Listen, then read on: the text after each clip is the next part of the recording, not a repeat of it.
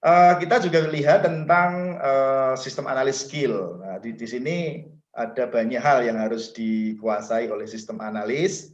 Yang pertama adalah tentu saja karena namanya analis harus memahami analytical skill. Ya, harus memahami analytical, technical, kemudian manajemen, interpersonal skill, dan business skill. Ada 5 hal yang harus dipahami. Nah, analytical itu dia harus mampu melakukan identifikasi permasalahan, ya, mempelajari sistem yang existing saat ini, mempelajari organisasi pada perusahaan tersebut, kemudian harus bisa mengidentifikasi masalah, dan kemudian melakukan analisa masalah dan kira-kira solusinya apa, problem solvingnya seperti apa. Nah, itu analytical skill. Nah, kemudian juga technical skill. Nah, technical skill ini cukup berat juga karena secara teknis, secara analitik dia harus menguasai, secara teknis dia juga harus menguasai. Nah, ada kalau teknis kita bicara ada hardware, infrastruktur, ya, kemudian ada sistem operasi dari softwarenya, ya, kemudian data exchange protokol, kemudian bahasa pemrograman dia juga harus menguasai. Mungkin tidak menguasai semua, tidak menguasai secara detail semuanya, tetapi paham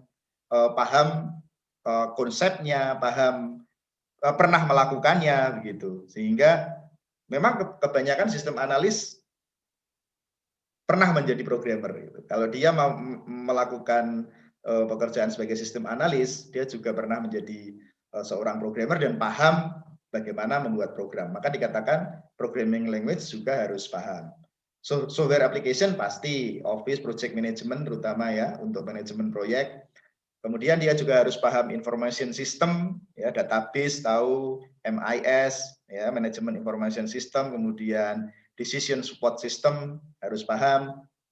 Nah, kemudian juga sistem development tools and environment. Jadi tools-tools untuk pengembangan sistem dia juga harus paham. Misalnya apakah menggunakan rational rules untuk perancangan, misalnya gitu ya. Jadi ada banyak sekali tools yang secara teknis sistem analis harus kuasai juga.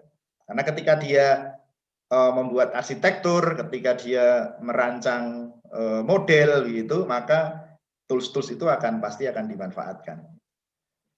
Nah, kemudian juga manajemen skill. Dia harus paham bagaimana melakukan itu manajemen, ya. Baik resource management, manajemen sumber daya, kemudian manajemen proyek, karena dia harus merancang bagaimana mengembangkan sistem dengan waktu yang diagihkan oleh perusahaan.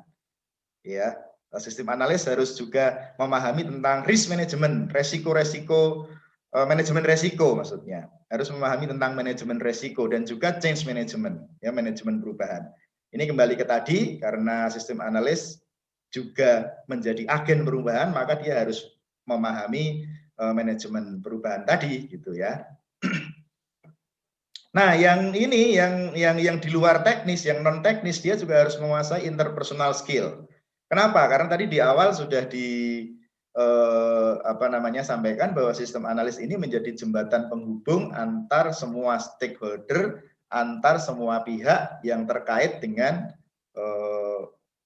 pengembangan sistem gitu. Maka communication skill ini menjadi sangat penting, ya, menjadi sangat penting untuk dilakukan. Ya, dia harus bisa berkomunikasi dengan baik dengan semua pihak, baik dengan pihak manajemen maupun dengan pihak teknis maupun dengan pihak eksternal, stakeholder eksternal tadi. Apalagi ketika dia melakukan pendalaman sebuah masalah, ya, melakukan wawancara, ya, apalagi kalau dia berhadapan dengan pihak-pihak yang menolak adanya pengembangan sistem. Nah, interpersonal skill-nya harus mumpuni juga di situ. Harus bisa communication skill, working alone as well as in a team, jadi bekerja sendiri sebaik bekerja di dalam timnya juga. Kemudian mampu memfasilitasi grup, facilitating group, ya. Kemudian managing expectation, jadi apa yang diharapkan oleh semua pihak itu dia manage dengan baik sehingga akan ketemu sebuah analisa dan desain yang sesuai dengan keinginan semua stakeholder terkait gitu ya. Itu. Kemudian yang terakhir adalah business analysis. Nah, sistem analis ini bekerja bukan hanya untuk tim engineering saja, bukan hanya dia membuat desain untuk kemudian diberikan ke programmer untuk dibuat atau dirancang, di coding begitu. Dia melakukan menyusun diagram desain itu, kemudian diserahkan programmer untuk dilakukan pembuatan aplikasinya, tetapi dia juga bekerja untuk mengidentifikasi dan mengevaluasi bisnis. Seperti tadi di awal disampaikan bahwa pengembangan sebuah sistem harus memberikan value pada bisnis perusahaan, harus memberikan nilai tambah pada bisnis perusahaan. Maka sistem analis harus memiliki kemampuan bisnis analisis juga gitu. Nah, ini memang cukup berat tugas sistem analis. Makanya kalau gajinya besar ya jangan diprotes gitu ya, karena tugasnya memang sangat kompleks. Ya.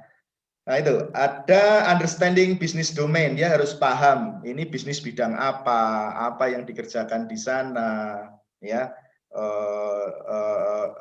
Karena domain bisnis akan terkait dengan banyak hal nanti yang melibatkan bisnis itu, dia harus paham. Kemudian juga bisnis strategi, ya.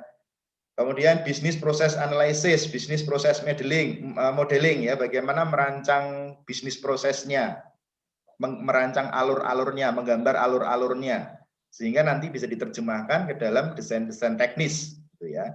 Kemudian tadi change management pasti, kemudian testing dan quality assurance, dia harus paham tentang manajemen mutu juga. Nah, communication itu seperti interpersonal skill tadi, termasuk juga consulting skill, bagian dari interpersonal skill tadi ya. Nah, jadi seperti itu. Dia juga harus paham tentang business analysis itu.